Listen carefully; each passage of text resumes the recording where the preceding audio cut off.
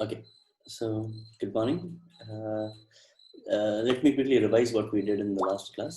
So last class we started talking about regression, and we saw these things accordingly. That regression is basically when our target variable, the thing that we want to predict, is continuous in nature.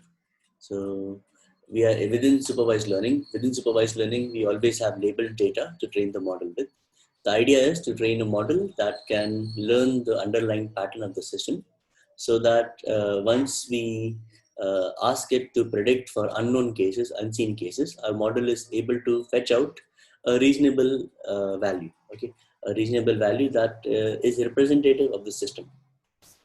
Within classification, the labeled data is categorical, but within regression kind of problems, the target label that we want to predict is continuous in nature. Okay, so it can take infinite values. So we need a different kind of approach in trying to answer those questions. Okay, so one such way of doing that is using something called as regression, and here we are looking at an example of linear regression. So we saw in the last class what the hypothesis function looks like. And we say that the hypothesis function y hat is equal to theta 0 plus theta 1 x1 plus theta 2 x2 plus theta d xd.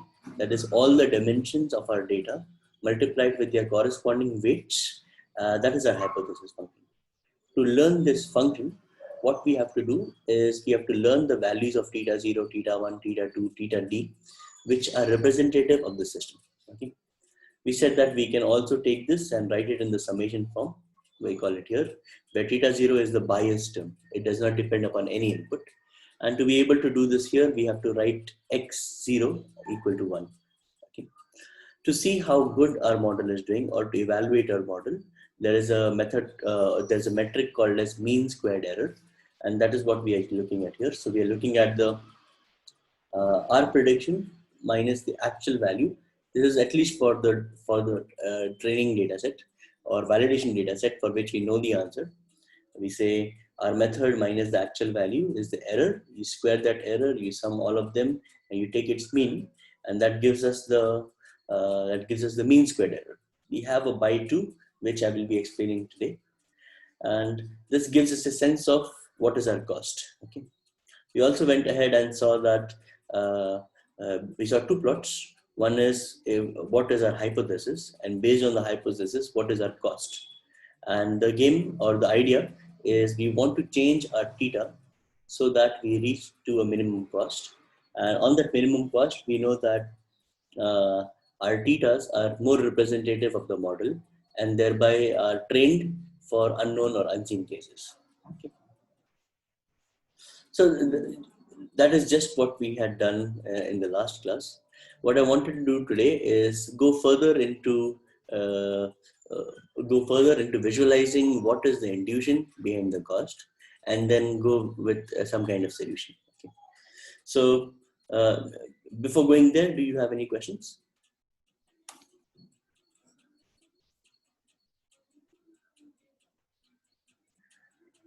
Okay. Okay, good. So let me continue. Okay. Here, what I'm doing is we have seen in this graph, we saw with just using one dimension. So we were actually plotting theta 1 against j theta to get this graph. But this is an example where we are plotting both things, theta 0 and theta 1.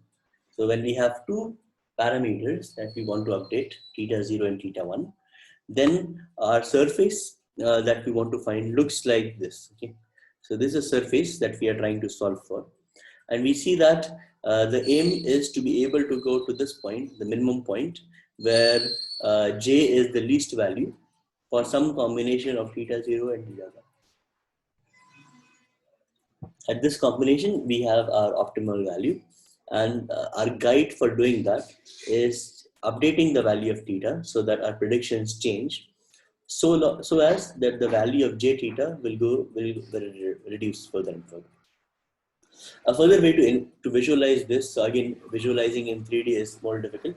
So let's go to visualizing in 2D to see how well it looks like. Okay. So consider this example.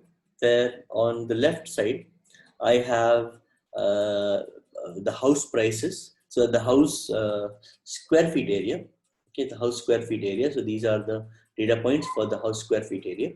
And on the y-axis here, I have got the price of the house in thousands of dollars. Okay, so we have these dots that represent the area versus the price, and we are trying to fit a model. Okay, so that will satisfy this data points. So let's say in the start, we start with a random model, and for this random model, we have this as our hypothesis. Now we know that this hypothesis is very bad. Why? Because we can observe that most of our data wants to move in the positive direction, whereas here our hypothesis is in the negative direction. Okay. So this is a random initial hypothesis, and we can get a sense of how good or bad we are by looking at the cost plot. Okay. So this is the cost plot in which we are changing theta 0 and theta 1. So you can see here theta, this on the x-axis we are updating the value of theta 0. On the y-axis we are updating the value of theta 1. And these curves here, these are actually ellipses that are growing outwards. And this value here shows the minimum value of theta 0 and theta 1. Whereas as we go higher and higher, so let me consider one such curve. Okay, so if I'm talking about this curve,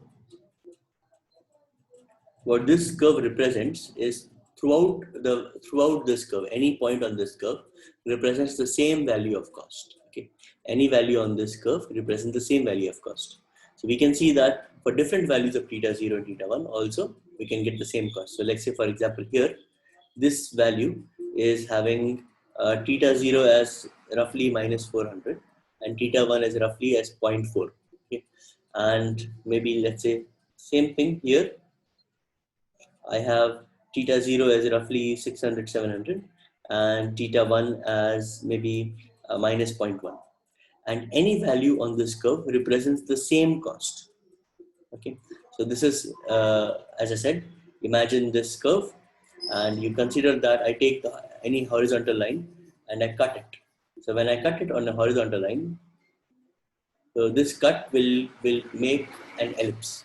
Okay, and that ellipse we are plotting here. So these kind of plots, do you know what they are called? What are these kind of plots called?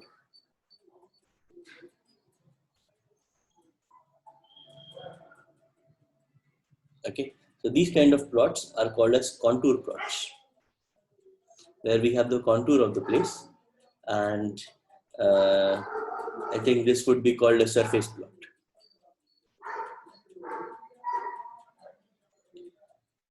So contour plots are very common in maybe looking at geography and things like that. So when you're looking the contour plot of a region, you can tell by concentric circles if that region is having if that region is a mountain or it's a valley based on how concentric these values are. Okay. So in this case, this is what this contour represents. Now we'll just quickly see how by changing this point at different places. So changing this point in different places means we are talking about different values of theta 0 and theta 1. By changing different values of theta 0 and theta 1, how our hypothesis relates with the data. So this is example 1. So this is a bad example of a high model. Why is it a bad example of a model? Because our model is going opposite to what our data is going.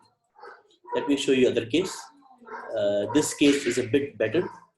We have moved from somewhere here to somewhere closer towards our circle, and by moving somewhere closer to our circle, we have changed this angle to this angle. Going ahead, now we are at this point where theta 1 is 0. At theta 1 is 0, we don't have any slope, and we just have a bias term. Our bias is roughly 400.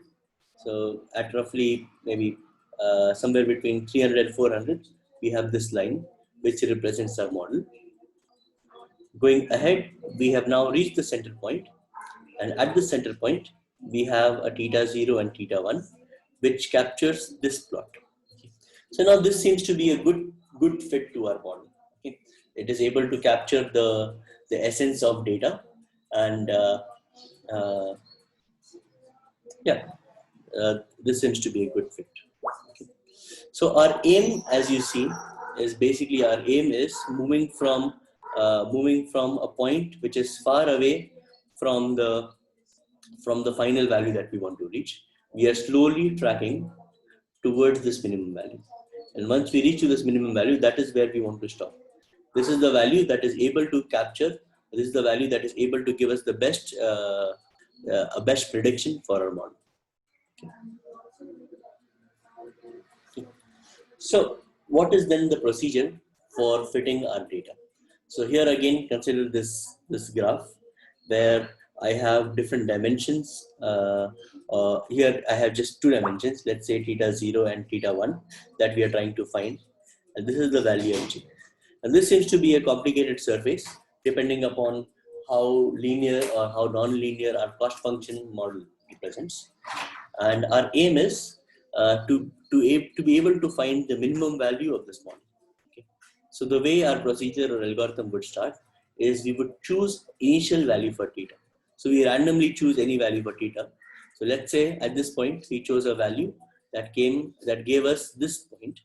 What we want to now do is until we reach the minimum, until we reach this point, choose a new value for theta to reduce j theta.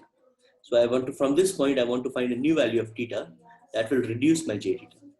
Then from there, again, I want to choose a new value of theta that will reduce my j theta. So reducing my j theta means reducing my cost. Okay. So traveling here, we finally reach to this point where the value of j theta has become minimum. It cannot go further down. And that is where we would say that we would stop our iterations, or that is where we would say we would stop our search. Okay. Small doubt. Yes, Ryan. Here also that local minima, local maxima, that issue will come up, right? Whether it is local minima or global minima. Right. Yes. So how yeah. Okay. So the thing is, for our example of linear regression, we may never come across local or global minimum. For linear regression, it is a convex. I forgot the name. For linear regression, it is one of these. Okay, it is one of these convex problem or concave problem. And what this basically means is there's just one global minimum.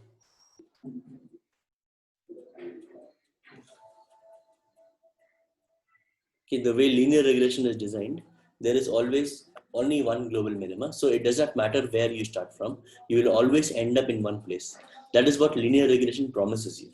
Okay, but when you go for more complex cases where you're not talking linear regression, you're either talking about polynomial regression or you have a multi-stage output. In those cases, we may end up with the cost shows local minima and global minima. Okay. So the idea would be, we cannot help it, right? We would not even know if we are at local or global minima. So what we could do is you could try different models by initializing different values of theta and just see where does theta generally stop. Okay, so after 10 runs, if theta, we can choose that value of theta where it becomes more stable or gives us the least cost. Okay. But in general, we would not have any sense of knowing if it is a local or global minimum. Okay. Okay. Let me go ahead. Now we are moving towards the algorithm that will help us to find the value, or that will help us to train the values of theta so that we reach minimum value of j theta. Okay. So as I was explaining in the last class, we basically want to minimize the value of j theta, and for that we can use our calculus theorems that can help us to minimize. Okay. So the gradient descent basically works on this principle. We initialize some value of theta. So now when we say initialize value of theta, I'm saying initialize all the values of the corresponding model. Okay, so let's say if you have a 3-dimensional problem, if you have 3 features, x1, x2, x3, then initializing theta means you have to initialize your theta 0, theta 1, theta 2, and theta 3. So initialize these 4 values so that you have initialized theta. And then you would, let me put for d equal to 3, we initialize these 4 values, and then we repeat until convergence. Okay, what do we repeat? We keep on updating the value of theta. So we say the new value of theta j is equal to the old value of theta j minus some constant and this gradient.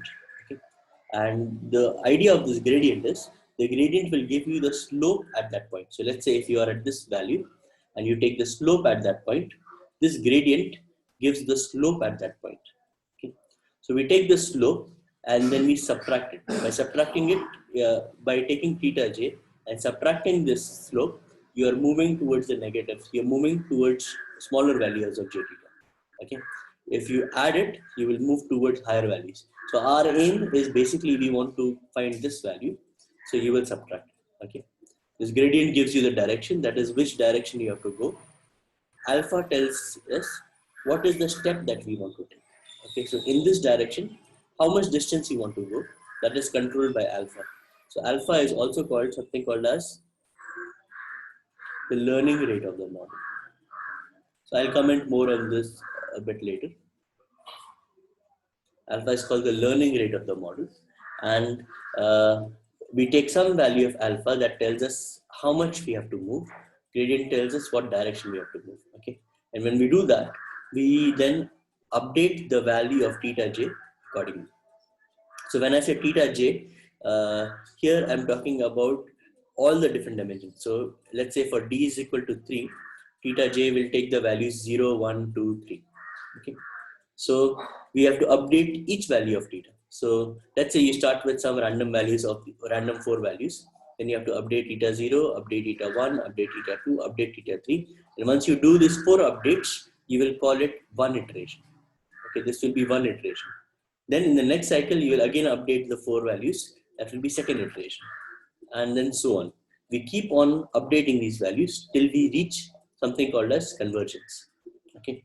Now, one thing to note here is even though I have 4 different values, I have to do something called as a simultaneous update. Okay. What I mean by a simultaneous update is this equation for 4 values would look something like this. You would say theta 0 is equal to old theta 0 minus alpha times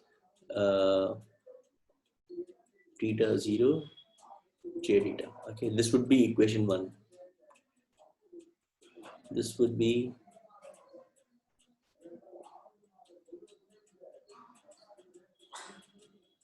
equation 2. Let me just write one more. And this would be, let's say, equation 3. Okay, let's imagine this. There are 3 equations, and these are the updates that I want to do. Okay, so let's say I in the first case I did the first update. I updated the value of theta 0. I updated the value of theta 0 by doing this equation. Now, when I'm evaluating for the second equation, I have to use j theta, right? And by j theta, we basically mean j theta 0, theta 0, theta 1, theta 2, theta 3. Okay, this is what we mean. So what simultaneous updates means is this updated value of theta 0, I cannot use in this model. Okay, I cannot use this updated value of theta 0 in this model. I have to use the old value of theta 0 here. If I use the updated value here, then it will not be simultaneous update. It will be incremental update. Okay, we don't want to do incremental update. In gradient descent, we want to do simultaneous update. Okay, so basically, in the last cycle, in the last iteration, whatever the values were of all these 3 guys, I will use these for my equations for evaluating these values and these values. Okay, I cannot use the updated value. I hope, does this make sense?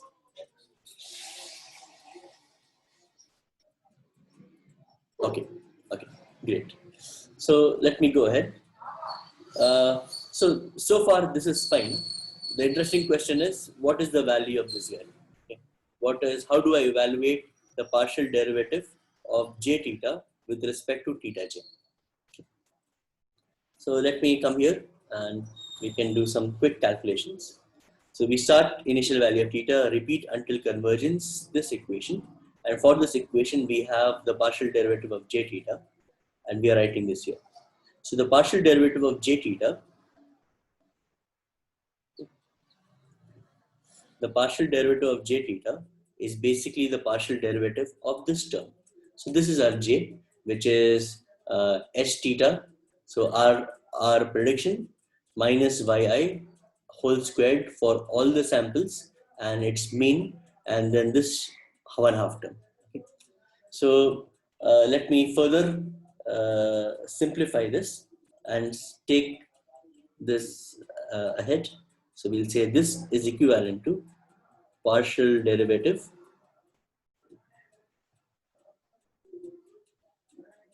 of I going from 1 to n. Now h theta, we can change that to saying this is basically summation of j going from 0 to d theta j xj minus yi. So this theta j xj I hat. Okay. So maybe before going ahead, let me ask you a few questions. What is this I?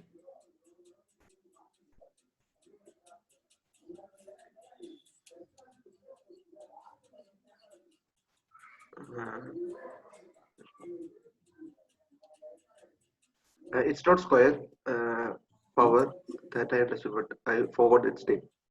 Okay. Anyone else wants to comment? What is this I representative of? Okay. So look at this summation term. The summation term is taking I as the variable, and I takes values from 1 to n. Okay. So basically this xi and yi, it represents your n data points that you are trying to solve for. Okay. So when I look here, if there are 3 data points, I will take 1 to 3. If there are 100 data points, I will take the value 1 to 100. Okay. So we're saying for each sample, we want to say what is our prediction for each sample and what is the actual value for each sample. And this is the mean squared errors for each sample. Okay, mean squared for each sample, when you add it up, then you can get the mean squared error. Okay. So now I have just expanded this hypothesis. So instead of h theta of xi, I know that this is for linear regression. This basically comes to this model. So I've just replaced it here. Okay. Let me go ahead. Now I can take the partial derivative term inside. I can say this value is equal to 1 by 2n.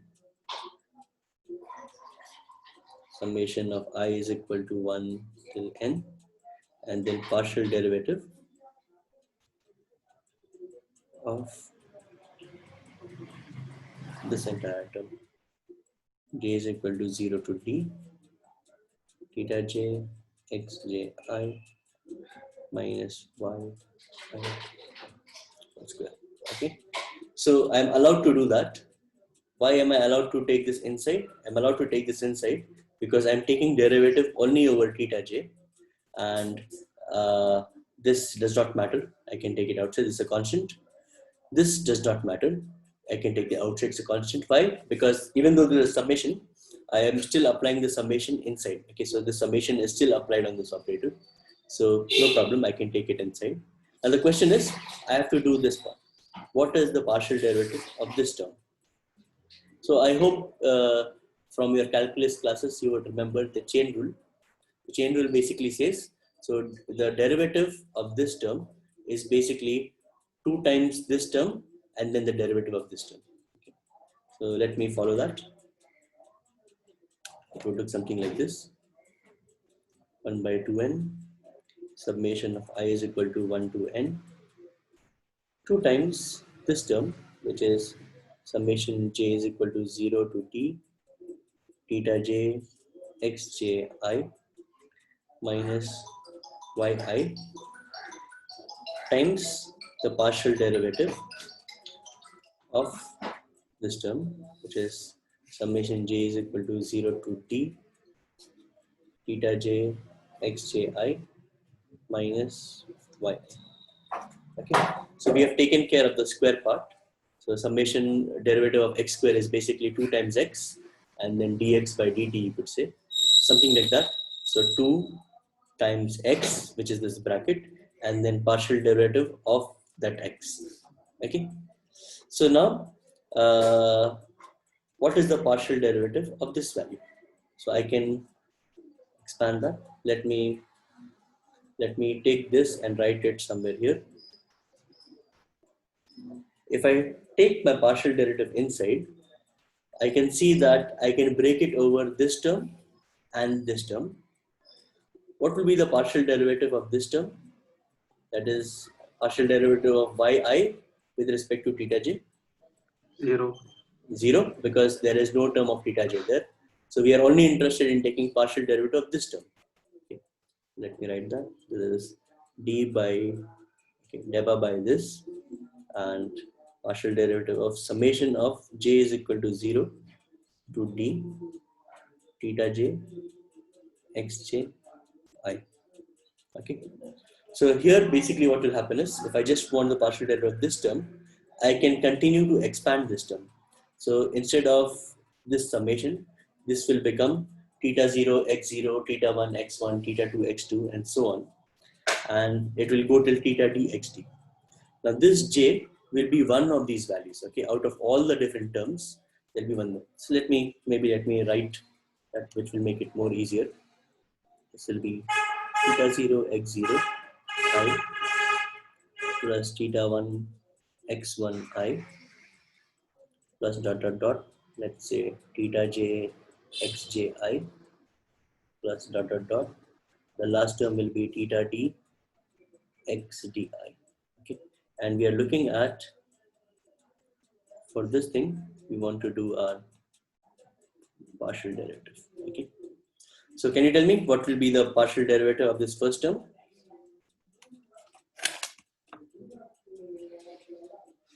If I expand, if I take partial derivative of this first term, what will be my answer? X into dou theta by dou j. Or I can say my answer is 0. The partial derivative of this term would be 0 because I don't have theta j here. Oh yeah.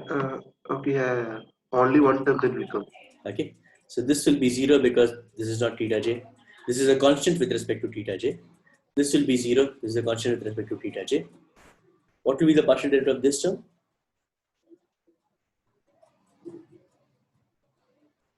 xj of. Okay, excellent. The partial derivative of this term will be just xj of I, and then all other terms will have 0. So the partial derivative of this term turns out to be xj of I. Okay, which is basically the partial derivative of this term. So what we can do is, we can remove this and write xj of I here. So xj of I for this value of j, and okay, I am using the value j, and my final answer takes the value k. Let me update it here.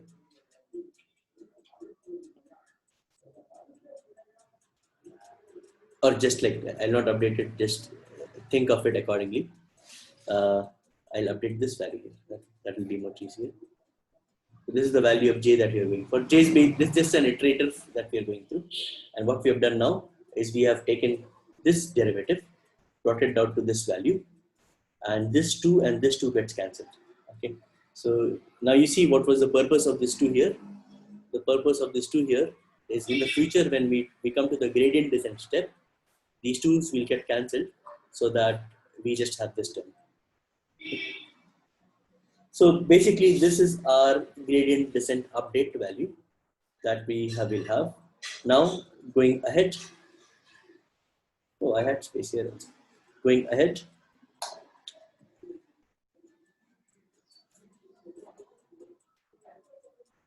I did not write that. Going ahead, this formula then will become, let me write it here. This formula then would become theta j is equal to old value of theta j minus alpha times 1 by n summation of I going from 1 to n, summation of j going from 0 to d, theta j xj I minus yi, and then multiplied with xji. Okay. So that is our update term for gradient descent. One second.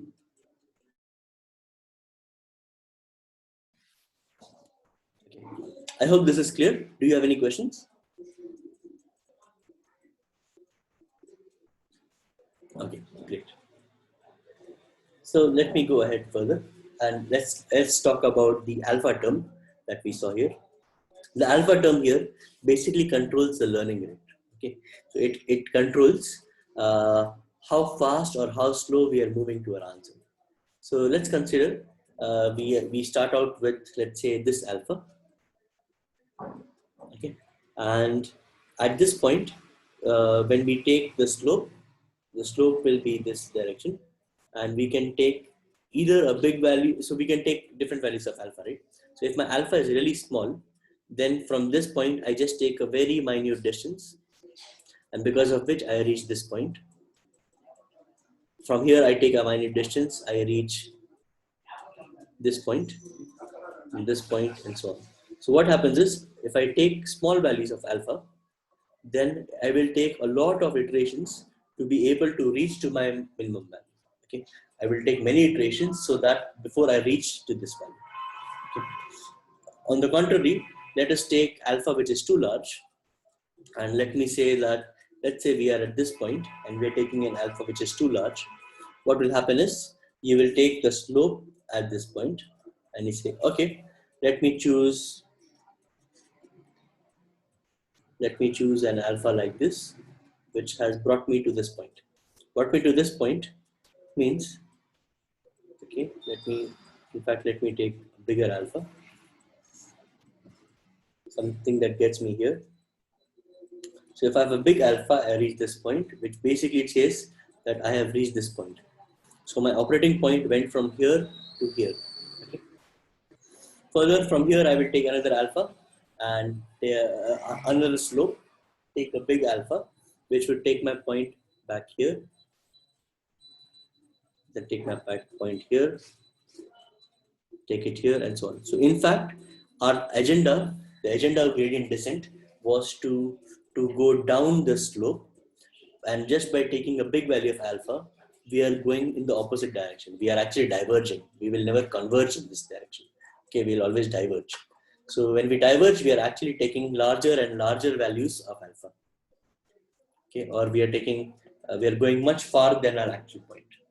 So between these two cases, where my alpha is too small and I take many iterations, or this case where my alpha is too big and I am diverging, which would you want to go for? Too small or too large? Which is worst? Verse is too large. Too large is worst. Small is good. Good means maybe it will take us a long time, but at least we are reaching. Okay, at least we will not diverge. Our solution will go to this point. And too small also has a problem. It may take too long for us to reach the minimum value. So what we could do is, we could see if our model is taking too long, we increase the value of alpha so that we take bigger steps to reach our answer. Okay. And the question is, how will we know if our alpha is too big or not? Okay. So what we could do is, at every step, we print out the value of j theta. Okay. So at this point, I print out what is j theta. At this point, I print out what is j theta. At this point, I print out what is j theta. And what we should expect is that every value at every iteration, my j theta should reduce. And if my j theta is not reducing, then I can say that I have a big value of alpha. Okay. And this big value of alpha will never allow me to reach convergence point. I will keep on going outside my model. So we can print the value of j theta and thereby get a sense of, should we reduce or increase the value of our alpha. Anand, you wanted to ask something? No, nothing. Okay. So that's the plan. I have not discussed what do I mean by convergence, right? How do I know we have converged or not? So the criteria to know that we have converged or not is basically, let me write it here, repeat until convergence. So convergence is when I see theta, let's say theta n or theta n, let me say, let me use the character z for showing iteration. The value at theta z minus theta z plus 1, that is one iteration next, and its L2 norm. If that is less than epsilon, then I can say that we have reached convergence. So what I mean by this is, at one iteration, let's say you have a value of theta z. At the next iteration, you have the value of theta z plus 1. And what is the difference between these two guys? If the difference between these two guys is very small, then I can say I have reached convergence. If the difference between these two guys is larger than epsilon, then I will say I will not reach convergence. Epsilon is just a number that helps me to control the tolerance value. Okay. So generally epsilon value is very small, but you can realistically you can have this something equal to, let's say, 1e minus 3 or 1e minus 4, depending upon how close you want your thetas to be. Okay. And when I write this notation, 2 bars, I'm talking about something called as L2 norm. Okay. And what is L2 norm is this. So let's say if I have a single number whose norm we are trying to evaluate, this is equal to the square root of summation of the different values of I squared. Okay, so let's say I take all values of I. So here we expect this to be a vector inside, and whatever is the dimension of this vector, for all those different points, we need to square it, sum it, take its root. That is the L2 norm. Okay, that's the L2 norm. So in this case, we'll be doing it for each value of theta j. So we know theta z may have multiple values inside: theta 0, theta 1, theta 2, theta 3. Theta z plus 1 may have multiple values: theta 0, theta 1, theta 2, theta 3. We will say theta 0 minus theta 1. So theta 0 for this z minus theta 0 of z plus 1 and its square, plus theta 1 for this z minus theta 1 for this z plus 1, its square, and we add all of these terms and take its square root. That is what L2 norm is. So when that L2 norm is less than a certain tolerance value, we would say that we have reached convergence. The idea is like this: as you start moving here, you will make smaller and smaller updates. You see, so here at this point, when you have this slope on this slope, if you take this alpha, you're moving this much direction down. But let's say at this point, the slope becomes this much. When you move alpha, you're hardly moving anything down. Okay, and when you actually finally reach here, you're not moving at all, because you will simply oscillate between this point. Okay, and we could then guess that since we are oscillating between this point, our parameters theta are not changing. And when our parameters don't change, we would say that we have reached convergence. Okay. So I hope it is understandable. So this lecture is a bit heavy on the math part. Not too heavy, but a bit heavy compared to what we have done so far. Do you have any questions till now? Okay, great. Let me go ahead. Further, when we implement, when we would want to implement in our code, we could take this. Can you tell me how can we implement this in our code? What kind of code would we have to write so that we can evaluate our hypothesis function? This is just a for loop. Yes, excellent. If we write a for loop, then we can implement this hypothesis function, and which is a reasonably good solution. But sometimes, especially when in data science, we have loads and loads of value. We would want to make things as fast as possible. Okay. So one way of doing that is something called as vectorization. And a few benefits of vectorization is it gives us a more compact form of equation. That is first. And it's a small use of it.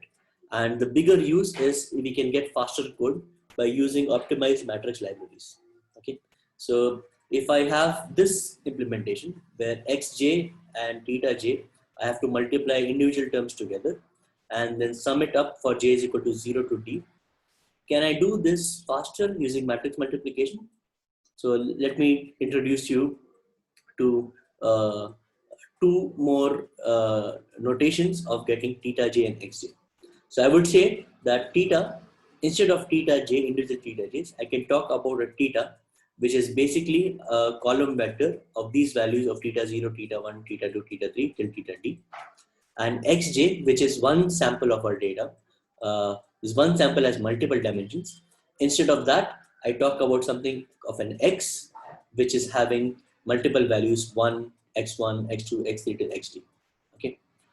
What can I do with theta and x so that I can evaluate this in a matrix form? Okay.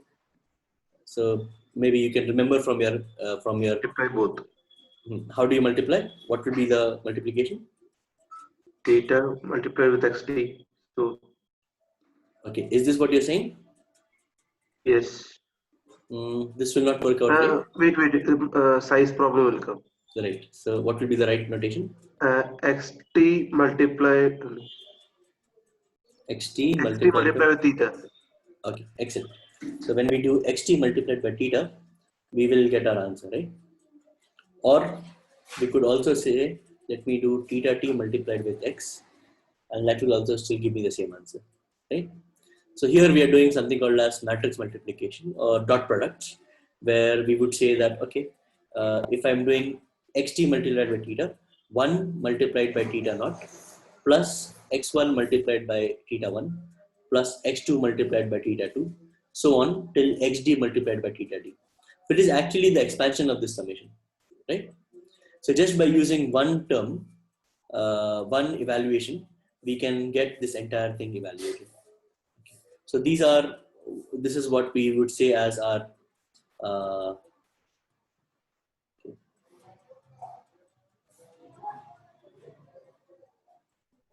this would be our matrix multiplication, which would help us to evaluate this part in a more concise fashion. So here I don't have to create a for loop.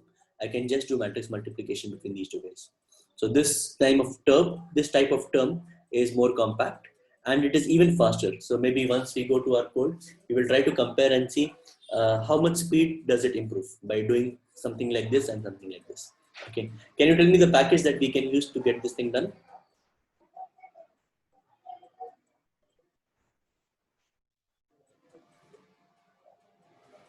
NumPy.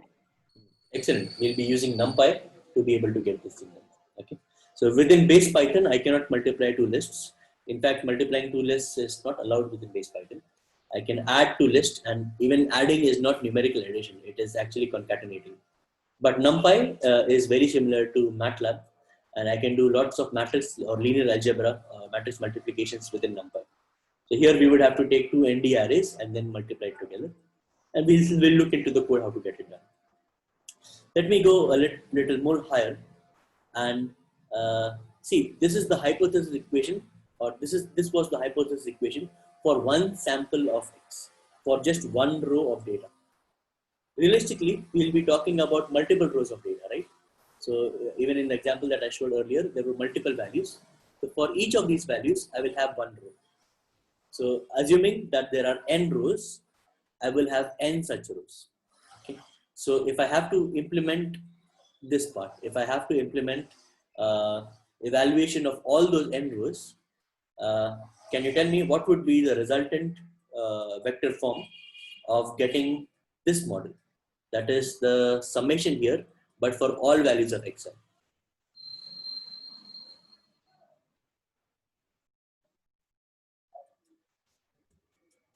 Okay, where I have a variable capital X that represents this.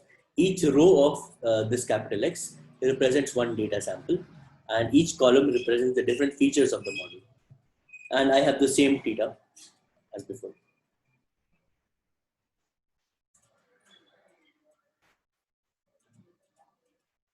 X t into x. What you said? X transpose into x. Multiply x transpose into x. X transpose into? No. Theta transpose into x. Okay, you're saying theta transpose into x. Theta transpose into x. Is it a valid multiplication? So theta transpose will be 1 times or 1 row and d plus 1 columns. Yeah. And this is n rows and d plus 1 columns. Oh, okay. So I cannot do this, right? Yeah. Do x transpose. do X transpose. Okay, we're saying do theta transpose X transpose, which is So basically D+1. D plus 1 times N. So Yes. this seems to give me the right form of answer, but can I do it in a simpler way? Do I need X to into do 2 transpose X into T. X into T? Excellent. So a better solution is basically doing X into theta. Okay, Yeah. and X into theta. This matrix multiplication will solve our task. So for each sample, for all the let's say there are 1,000 samples, for getting thousands of samples or evaluating the hypothesis equation for thousands of samples, instead of running 2 for loops, one outer loop for 1,000 values and inner loop for D values, I can just do one matrix multiplication with between X and theta, and that gives us our answer. Amazing, right? The powers of linear algebra. Okay, let's go ahead. Then we have the cost equation. So if I have to evaluate the cost equation, how do I do it in the vectorized form? So I've actually given the final answer here. The final answer will look like this. Let me try to write down the steps for getting there. Okay, so I can say this would look like 1 by 2n summation of I is equal to 1 to n. This part is actually summation of j is equal to 0 to d theta j xj I minus yi whole square. Okay. So this term I can replace by, as we saw earlier, this will replace by x transpose theta. Was that it? Okay, x transpose theta. And if I take the summation inside, since I want to do summation of both these terms, I can say that this is equivalent to 1 by 2n summation of I is equal to 1 to n over our x transpose and then theta, which is basically, okay, let me go ahead and then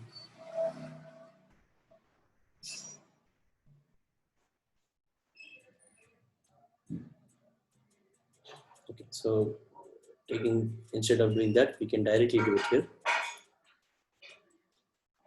So here basically what this summation represents is for n samples. Okay, this summation represents that I want to evaluate this for n samples. And here I can introduce another term. I can say, let me imagine a y which is equal to basically y0, y1, y2 till yn. Sorry, not from y0. It will start from y1 directly.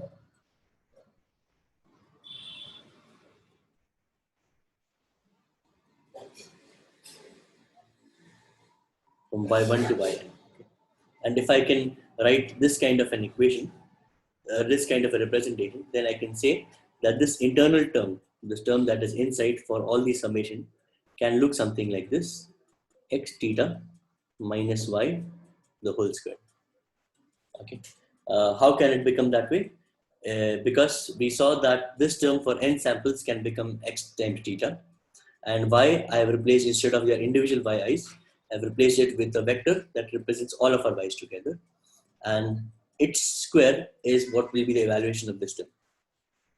Now, generally, for evaluating a square, it is easier for me to do multiplication between the transpose. So a square, if it is a matrix, then the answer a transpose times a gives me the same value as a square. Okay, so this is our simpler method. We can say a transpose times this gives our x square, and I've just written down the dimensions of these values. We can see what it comes to. Can you tell me what will be the dimension of the final answer? After we evaluate all this, our answer, what will be its dimension? 1 cross n. 1 cross n. No. 1 cross 1. It's a single value. Yes, it's a single value. It's 1 cross 1. Why? Because this represents to us one cost. Okay. For all the data points, you will end up with one value of cost. And that is the value that you're trying to minimize. So that's the cost equation. Here also you could see this one is 1 cross n multiplied by n cross 1. N will get cancelled. You would say the answer would be 1 cross 1 divided by this scalar value. So my answer will be a scalar answer. Okay. So let me write this. Scalar. Okay. But by doing these optimizations, we would have increased, or we would be able to do our things much faster. Okay. So this is where I end here for today's class. In the next class, the agenda would be, so now we have looked into linear regression. We have seen what would be the steps. We have seen how to make our code faster as well. In the next class, we'll try to implement linear regression from scratch. Okay. We'll try to take a base problem and see how we can implement each of the steps of linear regression so that we get our answer. Okay. Cool. Do you have any questions? Otherwise, we can stop here for today and then we can continue on Monday morning.